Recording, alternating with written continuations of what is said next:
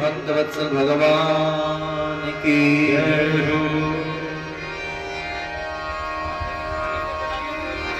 सवै पुंसां परो धर्मो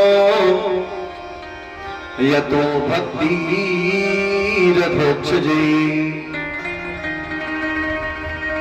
अहितुक्या प्रतिहता ययात्मा संप्रसीदते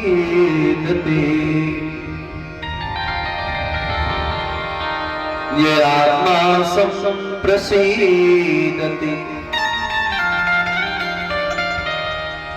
परम मंगलमय आनंद कंद अखिल लोकाधिपति जगत नियंता जगत पालक जगदाधार भगवान श्री गोविंद की महती कृपा से आज पुनः हम लोग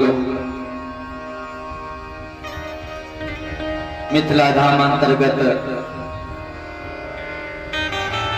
बासुपट्टी स्थान मिथिला का यह मध्य भाग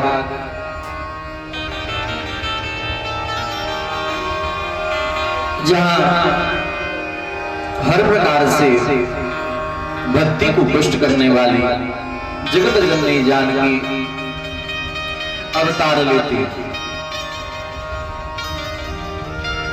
यह भूमि अपने आप में बड़ा ही दिव्य है।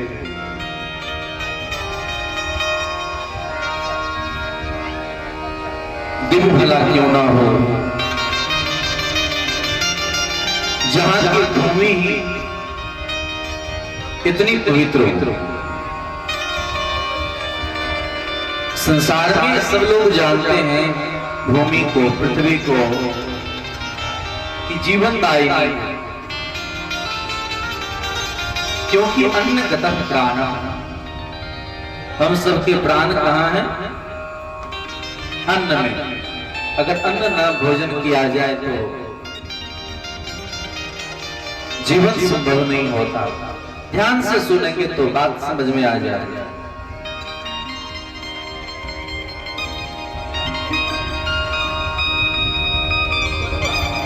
अन्न जब हम सबके प्राण हैं और अन्न पृथ्वी से ही तो प्रकट होता है। गेहूं, धान, चावल जो भी हो, तो अन्न हो, जल हो, अगर हर प्रकार से हमें प्राप्त है तो पृथ्वी से ही प्राप्त है, भूमि से ही प्राप्त है। जीवन दायिनी ये पृथ्वी है, हम सबके जीवन रक्षा करने वाली ये पृथ्वी है। तो दुनिया भर में लोगों को यही पता है कि पृथ्वी का कार्य इतना ही है कि पृथ्वी से अन्न उपजता है, अन्न प्राप्त होता है और अन्न से जीवन रक्षा होती है। लेकिन यह भूमि कुछ अलग है।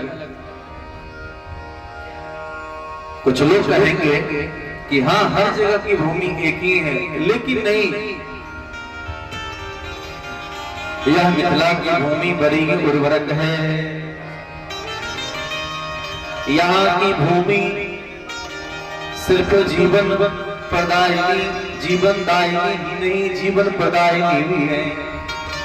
अथवा या अर्थात भाव क्या है कि हम सबको जो सृजन करने वाली है जगत जननी श्री जानकी, वह जानकी भी इसी भूमि से प्रकट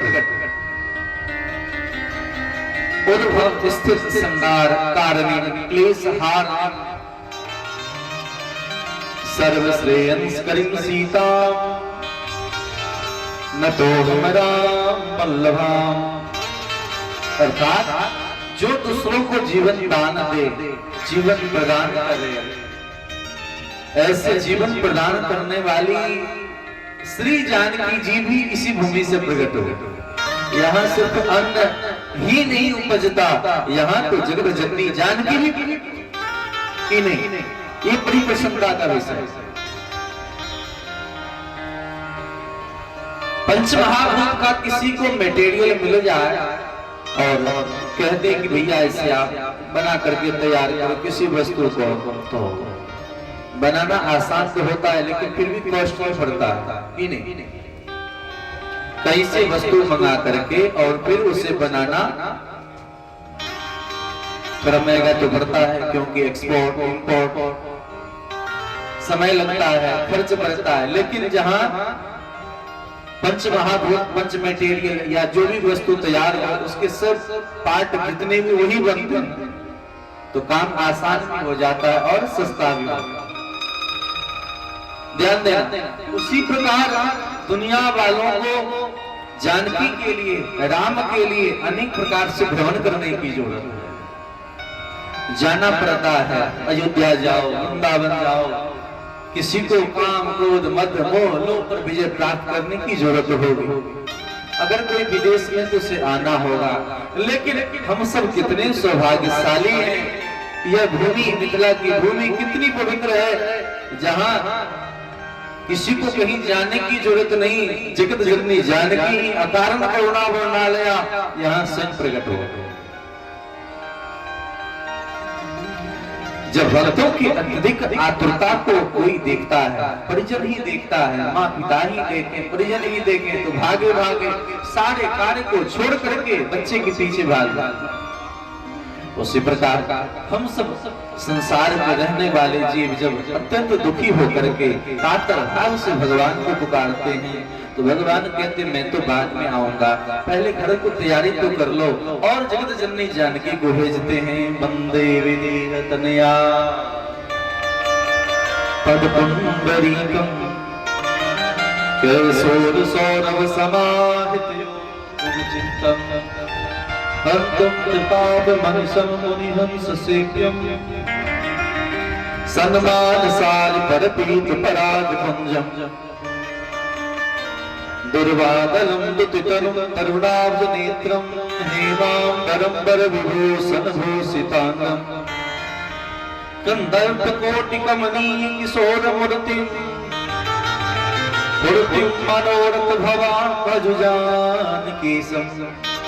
यह श्लोक अध्यात्म रामायण का है, वसुंधरी रामायण का है, जहां जगत जननी जानकी को प्रकट करने के लिए भगवान राम ने आवाहन किया। उसी प्रकार आप जब ग्रंथों का अध्ययन करेंगे तो राधा सुधा निधि में कहा है कांति सीता निंदित सार सिंदूर यत्रैकतो विलसिता मसितांग शोभाम वृंदावनी विकृतया मनगांग संगम श्री राधा मुकुंद युगलम तदहम नमामि। प्रभु राधा सुस्ती प्रभुपाद ने ऐसा रचना किया है और इसी भाव को पुष्ट करते हुए श्री बिलवंगल जी महाराज कृष्ण चरणामृत में चर्चा की। वह पावन यह भूमि है जहां परमात्मा को ढूंढने की जरूरत नहीं है। भगवान को ढूंढने की जरूरत है क्या? यहाँ के लोगों को ढूंढने की जरूरत नहीं है। यहाँ तो परमात्मा उन जानकी जी को, उन श्री जी को ढूंढते ढूंढते यहाँ तक पधार जाते हैं। पधारते हैं कि नहीं पधारते? अरे आप भक्ति हृदय में रखो। अगर आपके भीतर में भक्ति है तो भगवान ही नहीं, भगवान के पिता श्री को ही आना होगा। बोलो जय श्री राम। भक्ति हमारे भीतर में है तो भगवान ही नहीं, भगवान के पिताजी यानी जानकी जी यहाँ प्रकट हुई तो भगवान राम रथ पर चढ़ करके, विमान पर चढ़ करके नहीं, पैदल आते कि नहीं? भगवान पैदल पधारे और भगवान राम ने धनुष तोड़ा तो भगवान के पिता दशरथ जी महाराज भी आए कि नहीं? इसीलिए इन भूमि के लोगों को विशेष कुछ कहने की जरूरत नहीं है, बहुत कुछ कहने की जरूरत नहीं है, बहुत कुछ करने की जरूरत नहीं है, सब अपने प्राप्त हो जाता है। यही बात भगवान सुखदेव ने 9वां स्कंद में यहाँ के लोगों के बारे में परिचय देते कहा, वही मिथिला राजन आत्मविद्या विशारदा योगेश्वर प्रसादेन द्वैत मुक्ति गृहस्वपि। घर में रहते हुए भी यहाँ के लोग घर से विरक्त हो गए, विरक्त रहते हैं। महाराज जनक घर में रहते हैं, लेकिन घर में रहने के बावजूद भी उनका नाम है विदेह। विदेह का मतलब देह से रहित होना। बताओ देह से कोई अलग हो सकता है? हनुमान जी कहते हैं कि सबके देह परम प्रिय स्वामी मारहि मोहि कुमारगामी। देह सबका प्रिय होता है, कष्ट हो तो गर्मी हो ठंड हो तो लगता है तो कष्ट होता है। मारे मोहि कुमारगामी जिन मोहि मारा तय में मारे तई पर बांधो तनय तुम्हारे पर मोहिन कछु बांधे कर लाजा। क्यों? इन चहो करी प्रभु कर काजा। आज हम सबको भगवान के कार्य करने में लज्जा हो। अगर हम में से किसी को कहे कि झाड़ू लगा लो तो लगता हम झाड़ू लगा लो, लेकिन हनुमान जी क्या कहते हैं? हनुमान जी से बढ़कर के कौन भक्त हो सकता है संसार में? हनुमान जी महाराज जब लंका की ओर चले हैं, रास्ते में जब उन्हें आराम करने के लिए कहा, परीक्षा लिया जा रहा था आराम कर लो, लेकिन हनुमान जी महाराज क्या कहते हैं कि राम काज किन्ने बिना मोहि कहा विश्राम।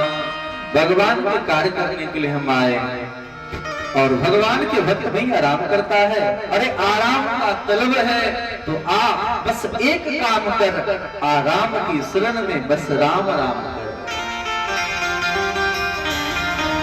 विश्राम शब्द में से अगर राम हटा दे तो क्या बचता है? विश्राम में से अगर राम हटा दे तो क्या बचेगा? विष बचेगा, और विष कितना हानिकारक है आप सब जानते हैं। राम काज किन्ने बिना मोहि कहा विश्राम। और वहां कहते हैं मोहिन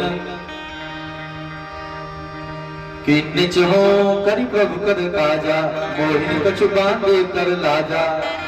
भगवान के सामने में नाचने में, गाने में, चलने में, फिरने में, बोलने में, सेवा करने में कभी भी लज्जा का आशय नहीं लेना चाहिए। मीरा इससे बढ़ करके कौन बड़ा भक्त हो सकता है? लेकिन मीरा के भीतर प्रेम है, और उस प्रेम के भीतर भाव होने के कारण मीरा घर द्वार छोड़कर के नाचती हैं। लोग कहे मीरा भाई बावरी, सास कहे कुलनासी रे। आज लोग अश्लील गीतों पर खूब ठुमका लगाते हैं। देखो इस समय की विडंबना, पहले कभी घर में शादी विवाह कुछ भी होता था तो उस समय लोग क्या करते थे? बाहर से नाचने वाले गाने वाले को बुलाते थे और घर के लोग रसोई बनाते थे कि नहीं, परिजनों को खिलाने के लिए। आज बाहर से रसोई बनाने वाले को बुलाते हैं और घर के लोग अश्लील गीतों पर ठुमका लगाते हैं पी करके। वहां इन्हें नाचने में, सड़क पर चलने में शर्म संकोच नहीं होता, लेकिन भगवान के सामने अगर कोई गा ले, बजा ले, तिलक कर ले, अगर भजन कर ले तो उन्हें कष्ट होने लगता है। हमारे जीवन में यह भाव जब तक रहेगा तो हम सबका कल्याण संभव नहीं होगा।